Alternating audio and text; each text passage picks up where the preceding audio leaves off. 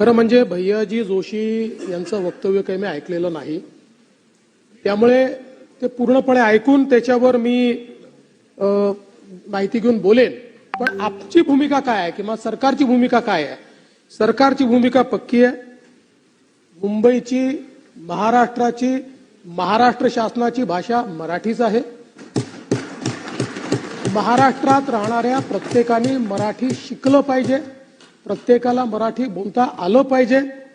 आणि खरं म्हणजे या माझ्या वक्तव्याच्या संदर्भात भैयाजींचे काही दुमत असेल असं मला वाटत नाही.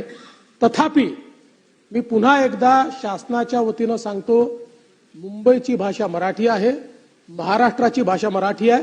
इतर भाषांचा इथे सन्मान आहे, इतर भाषांचा इथे सन्मान आहे. कुठल्याही भाषेचा आम्ही अपमान करणार नाही. कारण जो स्वतःच्या भाषा